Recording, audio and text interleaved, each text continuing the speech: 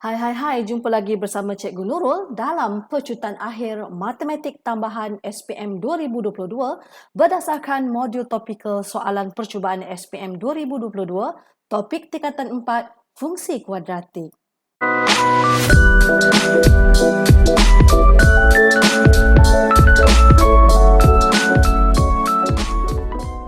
Okey, berikut adalah modul yang kita gunakan dalam perbincangan untuk pecutan akhir SPM 2022. Soalan 11. Okey, murid-murid, kita lihat soalan 11, soalan percubaan SPM 2022 Negeri Terengganu. Okey, kertas 1 soalan 4. Okey, diberi fx sama dengan yang cikgu highlight untuk semua nilai x. Okey, pertama, dia suruh kita cari persamaan paksi simetri, equation of axis symmetry.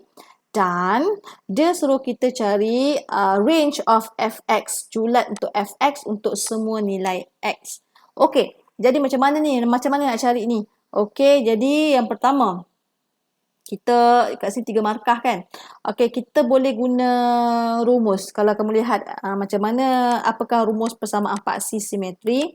Okey, rumus persamaan paksi simetri adalah x sama dengan negatif b per 2a. Ini adalah persamaan paksi simetri. Jadi, nak cari A, B, C, persamaan ini haruslah ditukar kepada bentuk amlah. Okey, di mana fx sama dengan x tambah 3, 6 tolak x. Kita darablah 6x tolak x square tambah 18 tolak 3x. Kita susun negatif x square tambah 3x tambah 18. Okay, ini persamaan kita. Jadi kita masukkan sahaja dalam rumus x negatif b per 2a. Negatif b kita 3 per 2a. Negatif 1. Jadi kita akan dapat 3 per 2. Okey, berjaya. Okey, kita dapatlah persamaan paksi simetri iaitu x sama dengan 3 per 2. Okey, apabila kita nak mencari julat fx pula untuk semua nilai nyata x, okey, macam mana nak cari julat fx? Jadi kita cari dulu apakah nilai fx. Apa maksudnya? Okey, kita dah ada persamaan. Kita dah ada persamaan ni kan? X tambah 3, 6 tolak x. Bukankah kita dah dapat nilai x dekat sini? Kita replacekan dalam setiap nilai x kat sini. Jadi, okey, 3 per 2 tambah 3, 6 tolak 3 per 2.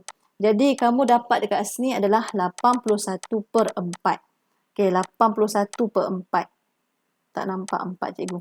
Okey, murid-murid. Untuk pengetahuan kamu, cikgu nak terangkan macam mana kita nak dapatkan fungsi ataupun julat fx tu.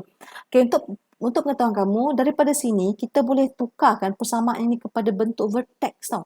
Di mana kalau bentuk vertex, di mana fx, okey, kita tengok persamaan kita kat sini, a kita adalah negatif 1. A negatif 1 berarti negatif, kat sini x, persamaan paksi simetri kita sini, negatif 3 per 2 kuasa 2. Ini adalah kita punya nilai maksimum. Tambah 81 per 4.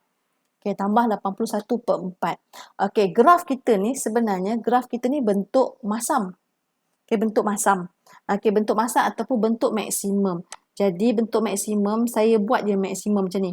Macam ni. Jadi, sebenarnya, nilai maksimum adalah 81 per 4. Kalau kita cari, ini kita punya fx ya. Okey, jadi di sini kalau kita cari putus kat sini, sini adalah 81 per 4.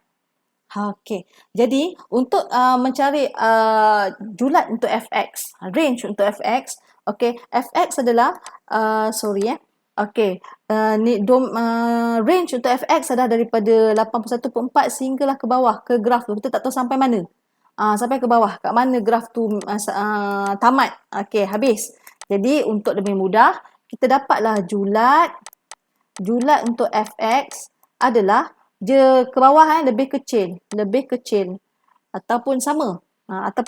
Lebih kecil atau sama, sebab kat sini 81 per 4 sama lebih kecil atau sama dengan 81 per 4. Okey, inilah julat fx kita. Okey. Okey, jadi kita berjaya untuk menjawab soalan A. Jom kita lihat soalan B. Okey, soalan B berbunyi, seterusnya lakar graf GX ataupun modulus nilai mutlak bagi fx untuk domain negatif 4 x dengan 8. Okey, jadi murid-murid, okey, sebelum kita nak lukis tu, kita tengok dulu, kita kena lihat dulu bagaimanakah rupa sebenar graf fx sebelum dimoduluskan.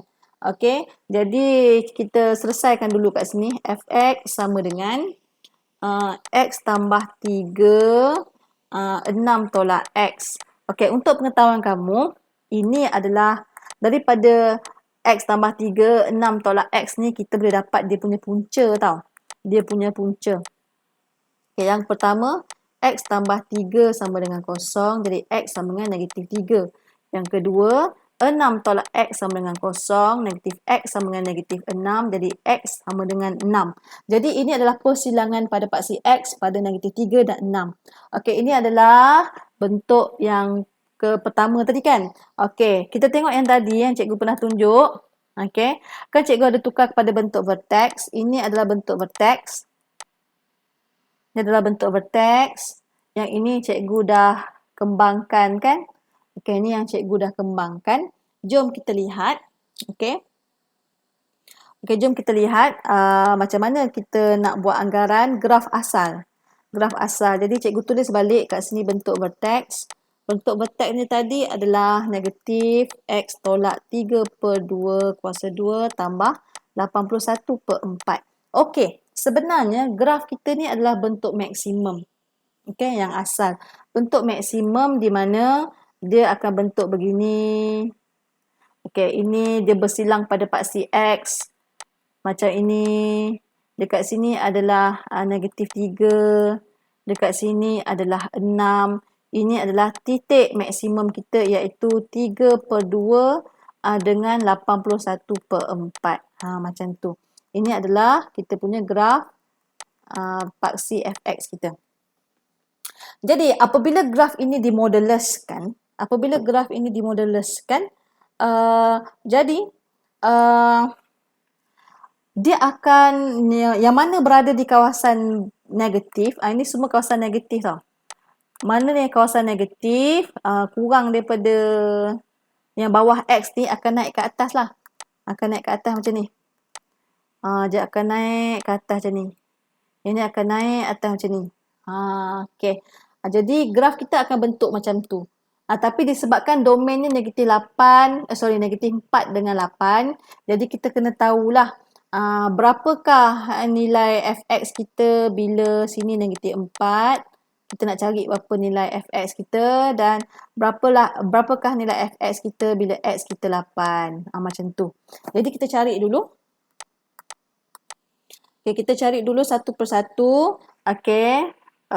Bila x sama dengan negatif 4, jadi fx sama dengan, gantikan. Negatif 4 tambah 3, 6 ni dah negatif 4, tutup balik. Kita akan dapat negatif 10. Kita akan dapat negatif 10 di sini. Okey, negatif 10, biarkan. Okey, tapi disebabkan ia adalah modulus, disebabkan dah modulus kan, sepatutnya negatif 10 kat bawah ni, negatif 10. Okey, disebabkan dia dah modulus, okey, kita akan dapat 10 lah. Kita moduluskan lah macam ni, senang. Dapat 10. Okey, bila x sama dengan 8 pula.